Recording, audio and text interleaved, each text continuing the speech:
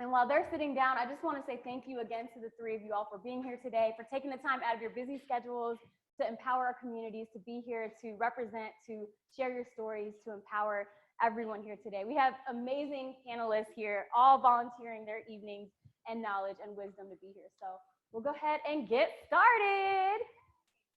So the first thing I would love to do is go ahead and we'll have each panelist introduce themselves in a few sentences, just so we know who you are and sort of what brought you into this community and why you're passionate about, empowering communities, especially shedding light on mental health. So we'll start with you and we'll work our way down. For sure. How's everyone doing? Good to see everyone here. Thank y'all so much for coming out tonight, this afternoon. My name is Nate Araya. I am a filmmaker, digital storyteller, community builder. I love and enjoy producing different stories and content that is pertaining to our community, people of color, immigrant experiences, diaspora experiences, and providing inclusive spaces where we can really dive into things that affect our community. So this is why I'm here, and thank you all for having me. Hello, everyone. My name is Gracie Gebra Selassie, or Tsaga Beloved, and I'm a multimedia artist and student. I work in graphic design, painting, drawing, music, and poetry, and I use my practice to communicate ideas and values that I don't really know how to talk about directly, or I know how to express directly, and I use whatever medium I can to, I guess, share my lens while making others feel kind of seen and heard through what I want to highlight. And I'm also an advocate for mental health. I was diagnosed with bipolar disorder in 2017, and ever since it's been a very long, and that's my niece, Abigail. Sorry, yes. It's been a long journey, and I'll be sharing a little bit of my experience, and I'm so thankful that each of you cared enough and prioritized this event enough to be here tonight. It's a big deal. It means a lot, and I know a lot of people feel seen and heard and knowing that their community cares about this issue. So thanks for coming out. Hi, I'm Corey Lee. I am a licensed therapist here in Atlanta, Georgia. I have a private practice and I specialize in cognitive behavior therapy. My main passion and purpose is to help people identify their thoughts, link them to the emotions that are kind of keeping them held back. And that's where primarily I focus on with my clients. My population ranges from kids as small as 3 all the way up to adults that are 75. So there's no specific age range. Anytime you're in need of therapy, it's the right thing to do. And so we're really trying to normalize it where people know that it's not, doesn't mean you're crazy if you have to go to a therapist. Just means you're in a place in your life where you need somebody to help you out. So that's what I focus on. Thank you. Thank you. Corey Lee, you hit something, that we're definitely going to be talking about, normalizing this conversation, reducing the stigma. We talked over the phone about it. I know we've talked about it. Gracie and I, we've discussed it as well. But, there's this stigma around mental health. And even people that I invited to come out today were hesitant, to be honest, and it shouldn't be like that. We should be able to openly have discussions, whether or not you're facing a lifelong mental health condition, even just to be aware, even to understand how it affects all of us, because in some shape or form it does. So would love to hear just from each of you how we can all work together to overcome the stigma, and I don't know, maybe just a message on why the stigma exists and how, again, to overcome it. Whoever, I know, that's a heavy one, but we're gonna start up here. So yeah, I think just having conversations and events like this, it really does help to normalize it. When you think of the word normalize, it just means culturally and abroad, making it normal for people to have conversations. If you're having a situation and you need somebody to talk to, again, we need to normalize. It's very normal. We all have times in our lives where we struggle with something. Maybe it's the patterns you're seeing. Maybe it's your relationships. Maybe you're not communicating. Many of us are not taught to communicate on a level that people understand. We have a lot of walls up. We've been hurt. Maybe you have trauma. So I think the first step is really having these conversations and letting you guys know when you do have a situation to reach out. There's so many resources. I know we're going to talk about that later. There's so many resources available. It doesn't matter about your financial status, doesn't matter about your race or socioeconomic background. Therapy is available. And so that's a great way to start, is just events like this. Thank you. And thank you for being here today. We'll have one of you all answer it. I think we got enough mics, so everybody. Yeah. Yeah. Thank you. I was gonna say, I think one of the big causes of stigma is probably portrayals of mental health in media and film and television and art. I think that there's, and at least to me, and like how I see in the past like 20, 30 years, when I would hear in the news about celebrities shaving their head or going off the wall, we kind of gather around people with mental health issues up there, like there's some kind of spectacle, and like it's not something that anyone could undergo, anyone could experience. Like Hannah said, you don't have to have a lifelong condition to struggle with anxiety or to struggle with depressive episodes or to struggle with any kind of like mental health issue. So I think it's also about trying to look past what you've learned, kind of unlearning what you've been taught and told about mental health, especially sometimes in traditional, like from traditional backgrounds and cultures, especially there's like religious stigma that inhibits people from exploring mental health resources because they're afraid of what it might mean about them in regards to their spirituality. That's like another kind of source of stigma. And I think that all of those things kind of get in the way of people just accessing basic mental health resources, therapy, psychiatry, medication. There's so many different things that are available.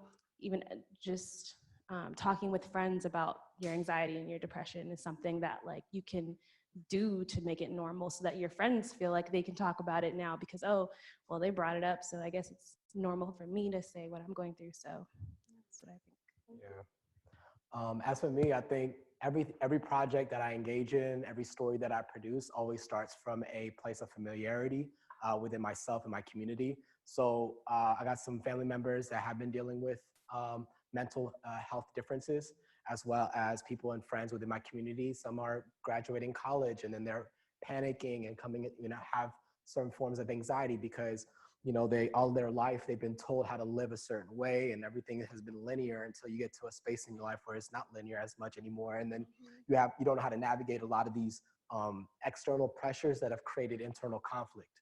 So I just made a point to myself that, when I have kids and for our next generation, we have to be able to be in a position where we pass something more than trauma. Like we have to, because at the end of the day, we have our parents, my parents specifically have migrated to this country, have carried on their own issues of traumatic experiences that they don't know how to deal with it. They don't know how to share it. They don't know how to experience it. They're afraid to walk with their children through it. So we grew up with this idea of a picture of perfection, right? And we compare ourselves and we think that just because someone has a great highlight reel, we compare that to our behind the scenes. So now we're in a place where we're siloed. We don't even know how to speak with one another. So I created this film to elevate this conversation because at the end of the day, you can't heal what you don't reveal. So if you're not able to reveal certain things that you're dealing with, it's hard to heal from it. So part of this film process and this community event is to be able to talk about, first, what has impacted you as an individual? It's okay. We've all been impacted in one way or the other in some form or fashion. So what has impacted you? Identify that. Then after you identify it, articulate it. Because if you can name it, then you can be able to diagnose it. You can figure out how to deal with it properly. So identify, articulate, then navigate. Now you're able to navigate. And when you navigate, don't navigate it alone, because I did wrap up with this quick event we did in Austin. And one of the a psychologist that worked in the military, he said something that was so interesting to me. He said, trauma is experienced individually, but healed within community. And that hit me on a different level because it helps us understand that how the power that we have amongst each other within this community to help each other heal and grow and be better. So that should be our goal tonight. And that's been kind of my experience with mental health and why I made this film as well. Yes, well, we can't wait to watch this film, right, y'all? Y'all ready? Well, thank you for that. Thank you for each of your responses. And you don't each have to answer this next one, whoever may feel like they can share. But, this was something that someone did submit in for us to address in today's discussion. But this was about medication practice and the fear of finding the route that fits, or excuse me, fear of medication and avoiding medication because you grow up in a culture that, no, you're not taking any medication for that. So what do you say to that? And also, just to be clear, everyone has their own path. Medication is for some and medication isn't for others. We're not, pressuring you to do one or another. Everyone has their own way of going about it. So maybe if any of you all could shed light, maybe either working with people that you may be able to share or experiencing it yourself. Yeah. I'll go. I definitely, one of the main things that I stress to my clients is if they are in need of medication, depending on the situation, don't be afraid to utilize it. A lot of people are afraid because sometimes, they might get the prescription wrong, or they feel like they're zombied out, or they feel like their own personality is going to change. But if you're vocal and you verbalize your concerns to your doctor, of course they'll get the medication right, but ultimately the idea is to not to need the medication. And so when we really think about medication too, every medication that's out there, our bodies have the natural ability to produce those same effects. Serotonin, if you're, dealing with depression and you need medication in the moment, that's like a short-term fix. So it's not the idea to be on that medication maybe for the next 20, 30 years, because your body will build a tolerance anyway, right? You got to get to the root of why do I not have my own production of serotonin? Why don't I feel happy? You'd be surprised. Anxiety and depression are probably the two most commonly diagnosed mental health issues. And our body has the ability to, one, not produce cortisol, which is the stress hormone, and two, to produce serotonin, which is the chemical that makes us feel happy. So if you're not feeling happy, get to the root of it. You know what I'm saying? So, but if you do need medication in the interim until you can get to the root of it, I don't see anything wrong with it. Thank you. And obviously you could always circle back to any of these points as we move forward as well.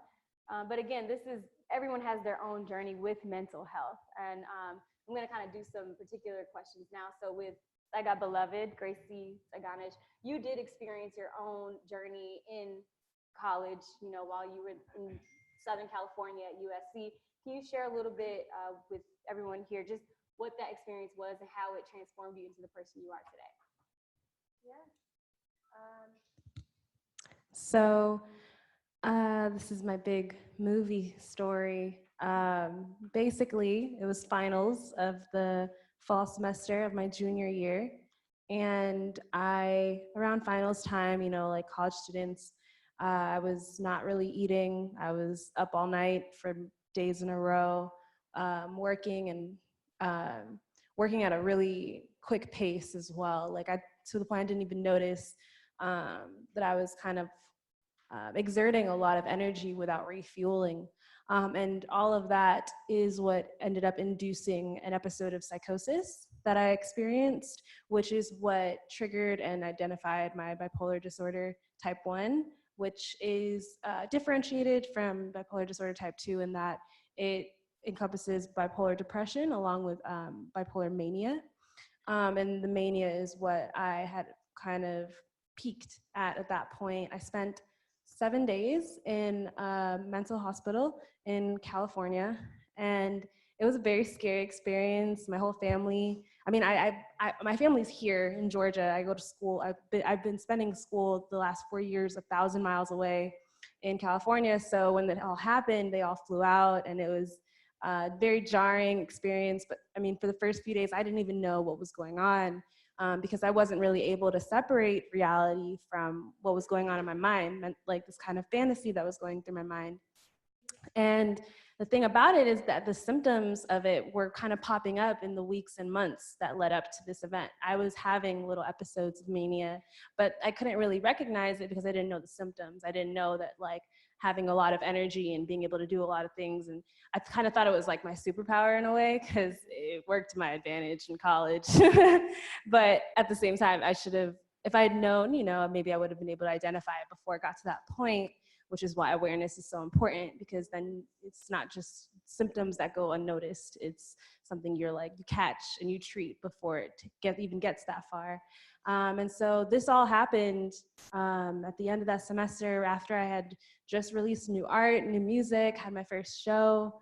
All of these things that I was very excited about kind of had to be on pause for the next 6 months as I took a semester off from school to recuperate my mental health, be with my family, and start my medication journey, because my situation is a little different. Since I have a lifelong condition, I'll be on mood stabilizer / antipsychotics for the rest of my life. Kind of like my dad is diabetic, so he's always like, look, Gracie, like, I have to do it, you can do it too, like, it's just another one of those things. I will say with the medication journey, it was very hard. I gained 50 pounds in 6 months from the first set of medication I was on. Did not help with the depression, but I got on track. I switched medications a few times. Like she was saying, if you communicate to your doctor what symptoms you're experiencing, they will help you identify. There's a lot of different meds out there. They'll help you find the one that works for you. Now I'm on one that works for me, works for my body, helps me to get through my day, and not experience the symptoms of my condition, so that I can, be functioning at my best capacity possible. So for me, again, this is a personal journey. I don't want to impose what I do to take care of myself on anyone else. It's just information so that hey, it worked for me. Maybe it works for you or someone else you know. Thank you. I appreciate you, because it's nice to know the different journeys and the different options out there, because sometimes we just don't know, So all of this stuff has been incredibly informative thus far. Thank you, thank you, thank you. So for Nate and Corey Lee, maybe can you talk a little bit more about why you got involved and what you've learned along the way when, being able to raise awareness about mental health, empowering communities, and having this discussion around mental health? Whoever wants to take that first.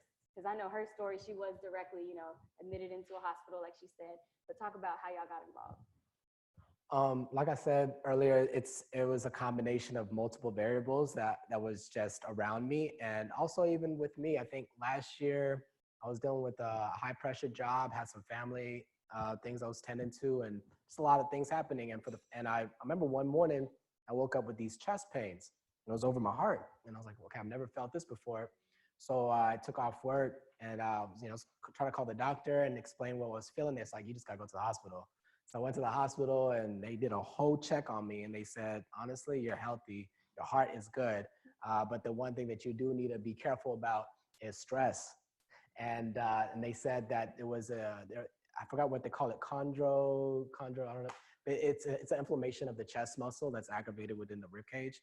So it happens with just stress, and I wasn't sleeping much. So they just told me, you need to take better care of yourself, really get some rest, drink some water, and but you're healthy, you're good.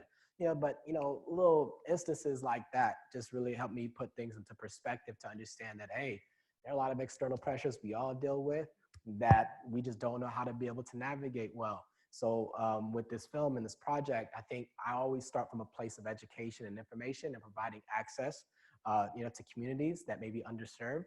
So for me, I'm one of them. Like, I grew up also even in the church, so there's that spiritual element, but I pray and go to therapy. That's like, and there's nothing wrong with that, but like that, the idea that you can be able to really navigate, your mental health in many different capacities, through resources that are available to you. So I think that's the access that I've kind of been able to kind of get into through film, media, and providing education information within communities all on my personal journey. Love it. Thank you. And what about you, Curtis? For me, I would say, and I tell everybody this, your passion and your purpose finds you very early, whether you're paying attention to it or not. So when I was about 12 years old, I would walk around with this old school little recorder, and I called myself like I was going to be like the next Oprah or something. So I was always doing interviews. People called it nosy. I called it inquisitive. So I would go around and ask people about their problems. I actually ran in high school, like an advice column. So people would write me and tell me their problems, and then I would answer it. So again, all along, all through undergrad, my major initially was communications, and I ended up switching it like 5 times. But I ended up with sociology. It's like all through my life, when I look back, I've always been asked to help people. So I want you guys to really pay attention to what your passion and purpose is. And if you could ask yourself, like, what job would you do that you wouldn't be required to get a paycheck? Like, if you had to do a job for the rest of your life and you wouldn't get paid, what would it be? That is how you start getting aligned with your passion and your purpose. So I knew very young that I would do this for free. So to get paid for it is like awesome. So I think, again, just thinking about being young and going all through college. And I want to point something else out too. Like, when you look at all the degrees you have to have and all the licenses you have to have, a lot of times you can get like, it can look daunting. Like, say you want to be an attorney, you're like, oh, I don't want to go to school that long. Those years are going to pass you by regardless. So stay aligned with your passion and purpose. Don't let anything kind of derail you. And of course, if your passion and purpose is helping people, it'll be mutually beneficial anyway, because you'll get your paycheck, but you'll also be helping people, which is invaluable. That's right. Thank you for that. And I do want to just say that, I appreciate you too. We just met in the past month, and this is our first face-to-face today. So extremely grateful. We're on the phone, your energy, everything, obviously your skill sets and everything you've built through your company. Happily ever after. So yes, in case you are interested, I would definitely recommend, you all to stay in touch with her, and we'll have information. There is information on the Eventbrite as well. So we need, good people in the community leading services like that. So thank you for that. Yes, and speaking of services, we will open up the floor for some questions. I have plenty more, but I know time. So if anybody does have a question, we'll get to that next. But just maybe can you go ahead and point to some resources? We want this to be informative. We want you to hear testimonies, but we also want you to know about some resources in the community. So maybe what are some that may be beneficial to folks here today? Is that okay? The main one that I want to point out is the one that a lot of people don't know about. Typically, if you need a therapist, you go to Psychology Today. Like, that's the main site that everybody goes to when they're looking for a therapist. So you can, or a psychiatrist, a psychologist, whatever. So you can actually put in your search parameters and it'll refine it down to your area, find somebody close to you. You can search by how much you want to spend. So that's Psychology Today. There's also Therapy for Black Girls, and that's a specific site that highlights African-American therapists, female and males, that are in the community to help you. And the last one I want to tell you about is Open Path. A lot of people don't know about Open Path, but Open Path Collective is a site that therapists like myself volunteer to have so many sessions per month through Open Path. And I think the range of rate is it's $30 to $60. Most times it's $30 a session.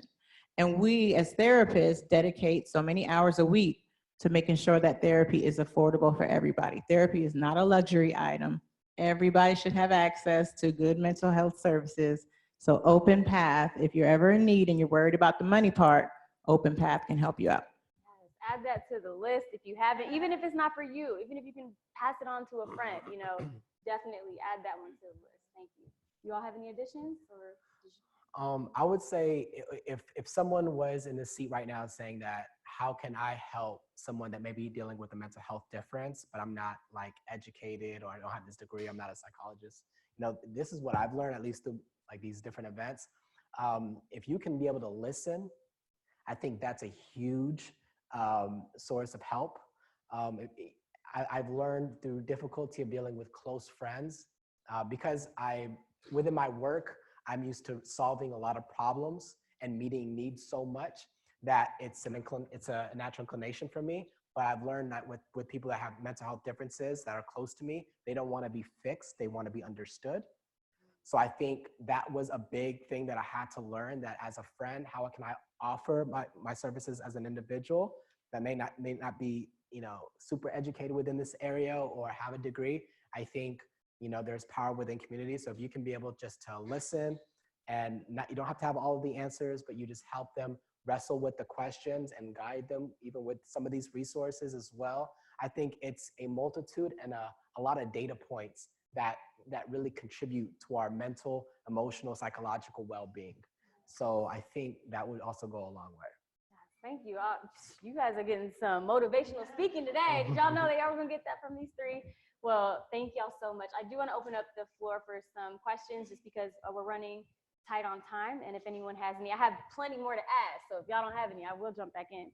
Do we have anybody that may want to ask right here? And all of you guys are so great, especially embracing and saying, but I resonated with a lot of things that you're saying individually, and that brings guys fun to tell you that you're so lucky to have a father that is so like empathetic to what you're going through. He's diabetic, but he's like, hey, listen, we're gonna take our meds together. I got you. I love it. Then Nathan, with what you were saying, like it makes so much sense. Like our parents are they're so traumatized, especially as immigrants. They're so traumatized. They don't even know they're traumatized. They're like hardcore scars. So for them, they're like the way they are is like their automatic defense mechanism at all times. Where they're like, oh, like what? What's wrong with you? You have food. You have shelter. You're mad because you're depressed. What is that? You know me. Like, I was in Sudan in the shelter. You understand? So a lot of that's how you see, especially where I come from, Denver, Colorado. There have been a number of kids our age committing suicide and younger committing suicide in the past year.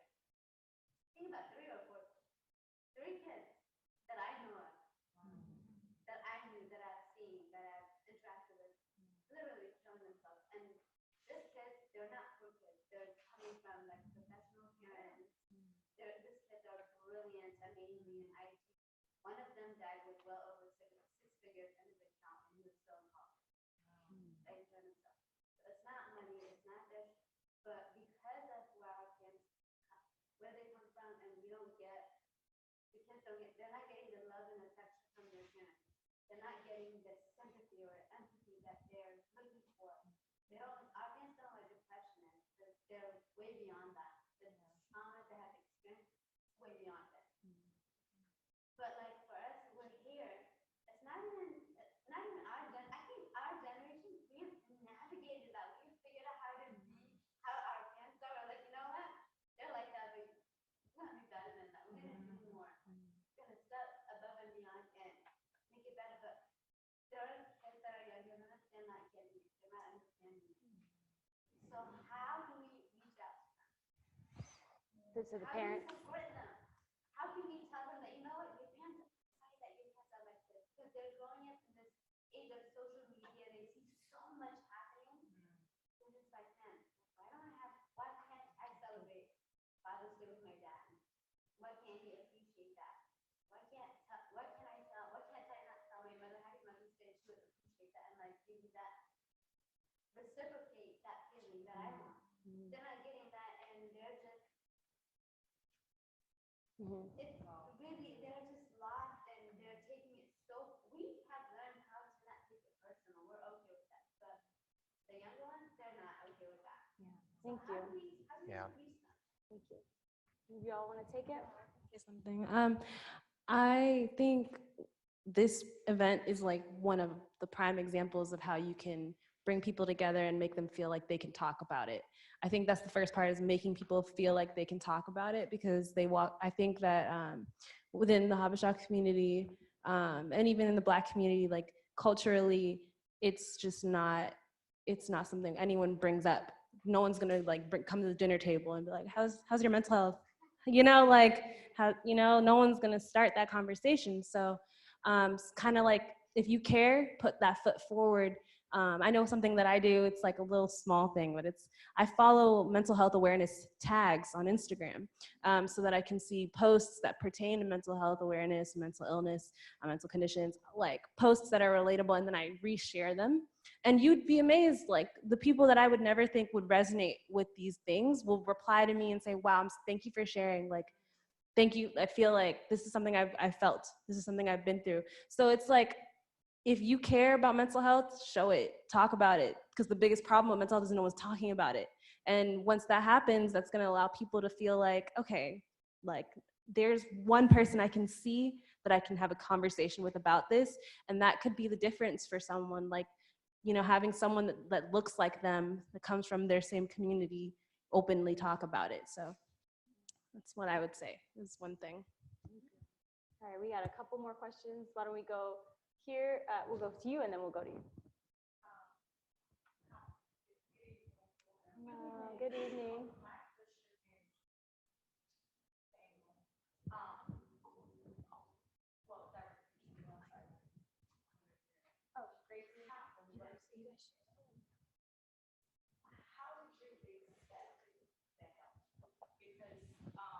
Can you wait? Can you ask the question in here, please? Thank you. Just because we're recording, so we'll be able to get. Oh, it's not. Accept the help. It was a very difficult process. I'm very stubborn. Something that happens, especially when you're taking medication, is you think that you're fine and don't need it, and then you stop, and then the symptoms come back, and then you're like, oh, wait, maybe it was helping me out, and that's why I felt good enough to stop taking it. So it really, the truth, I had to hit rock bottom before and I don't think that anyone else should have to do this. I think that my testimony should be a note to say, like, don't let yourself hit rock bottom before you seek help, because you'll survive it. I believe you will, but you don't want to have to go that far. For me, I got to a place where I kind of just said, like, I'm just going to do anything I can to get better. I don't care what it is. Like, I feel so terrible right now that I just, whatever it is.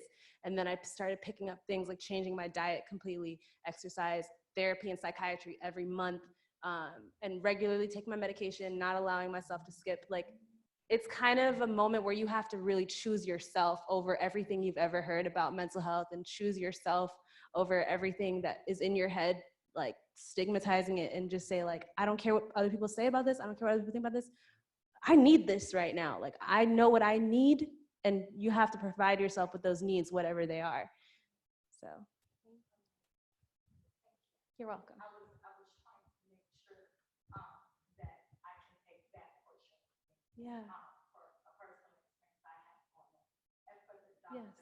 as a family member that is in her predicament, that, and I guess it's probably like substance abuse, and you have to wait for them to hit rock bottom.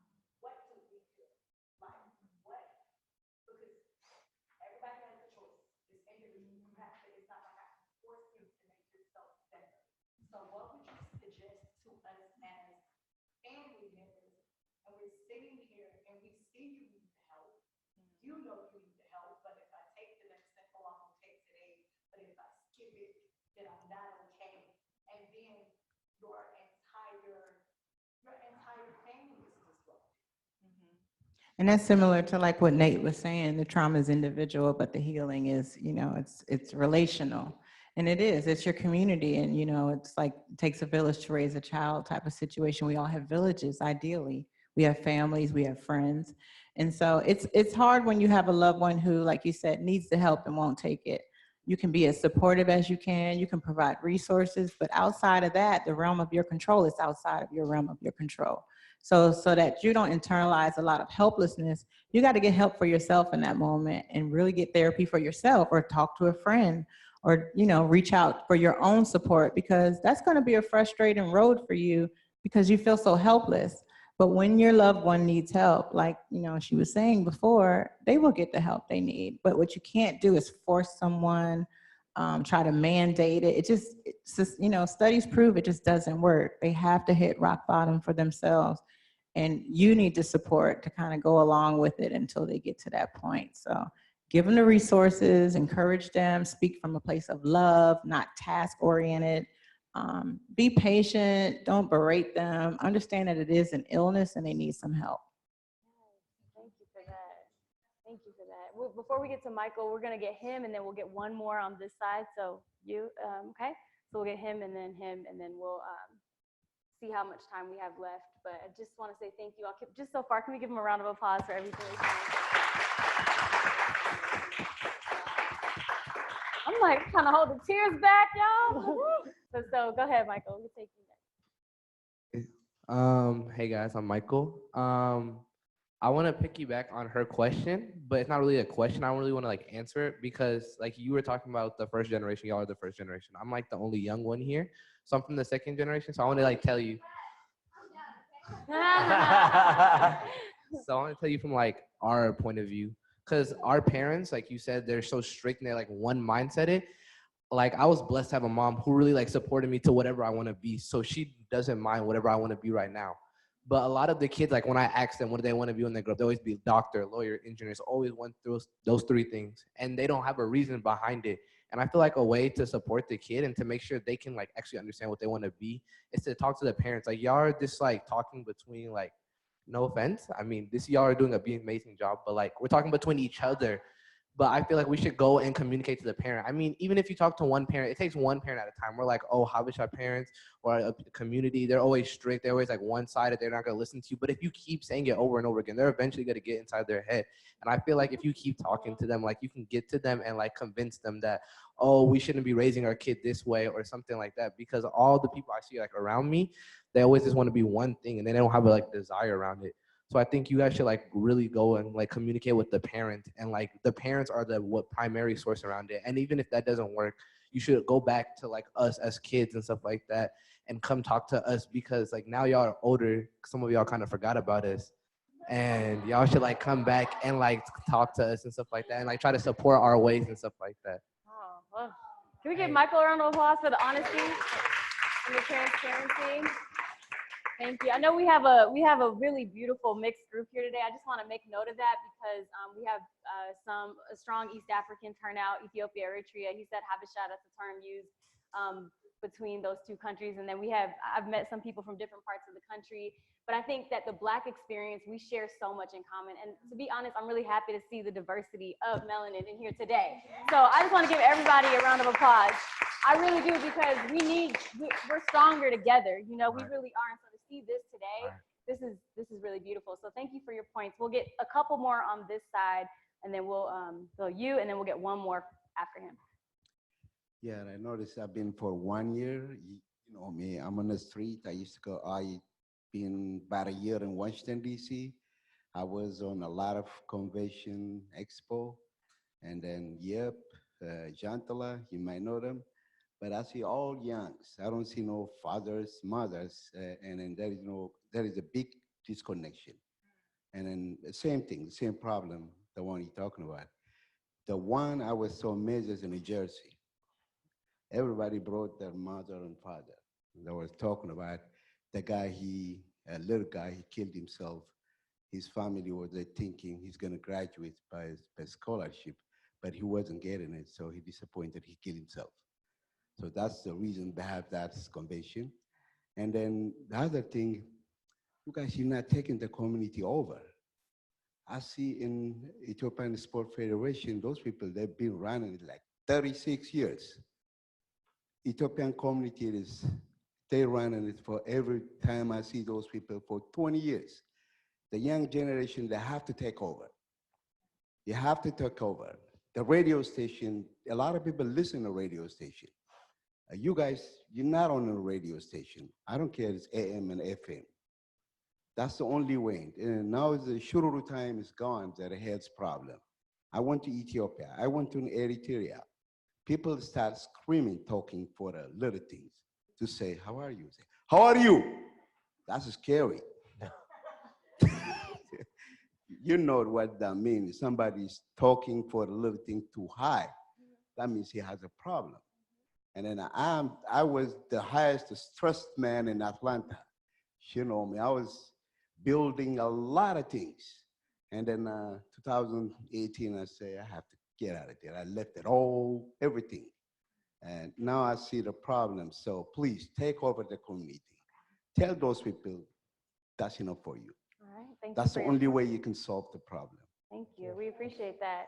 Between you two, you know, maybe the next one we can do something like that. Everybody bring a parent or an auntie or uncle or a grandparent, somebody, a guardian. That's a great idea between what you all are saying and also doing more community events. Do we have one final question from this side before we get our last words from our panelists? All right, we'll go ahead and get final words. So thank you again. If we can bring the mic. Oh, did you have one? Good, okay.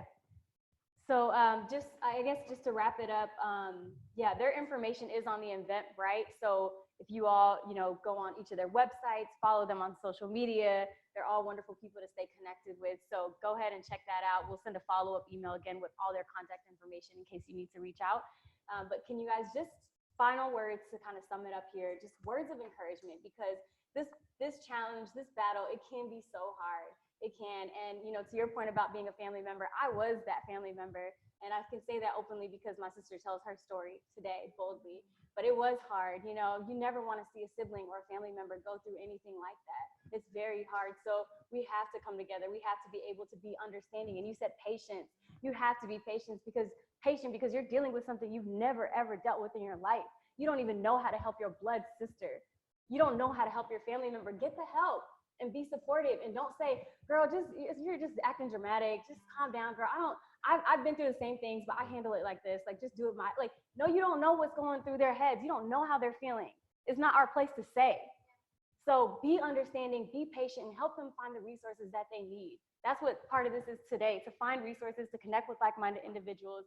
So on that last note, if you can share some encouraging words to anybody out there, whether they're going through it themselves or a family member or just someone that needs to learn more about this cause.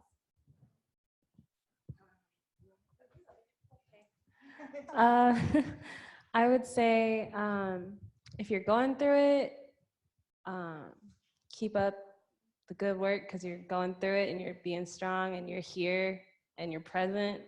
And I'm really proud of you for being present and taking a little step towards learning more about this topic and prioritizing this element in your life. Seek whatever you need. Just go to whatever lengths it takes for you to be the happiest and healthiest that you can possibly be, because it's totally worth it. It's an uphill battle, but again, it's totally worth it.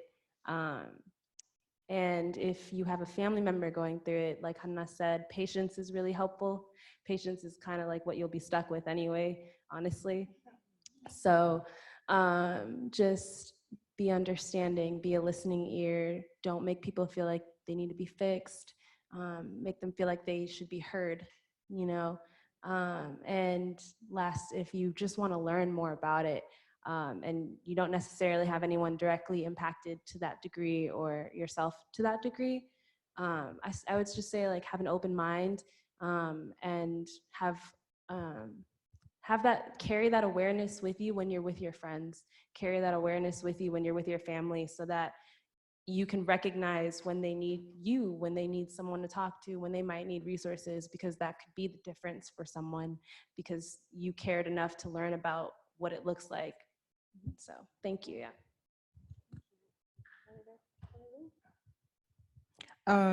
Just to kind of piggyback on what she said a little bit, just try to, if you are a family or a loved member, a loved one of someone who is going through any type of, mental health disorder, really educate yourself. We're in the beautiful age, the internet age.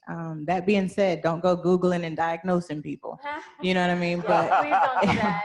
if you have specifics and you know what to look for, then edify yourself. You owe it to yourself and to your loved one to, reach out and get as much information as you can. Patience and grace, those are the top two things you have to have. It is a long road, and taking it day by day and understanding that it's different. Every journey is different for everyone. And if you are going through it yourself, reach out, utilize the resources. You could literally Google help in my area, therapy in my area, psychiatrist in my area, or reach out to friends, reach out to somebody. Don't have this internal dialogue and people don't know you're struggling. We are real good about putting that face on, that real cute Instagram face, and telling everybody, I'm fine. How are you? I'm fine. And inside you're just crumbling. So reach out, get the help that you need. Thank you for that. Yeah, I would say, again, patience, grace is important.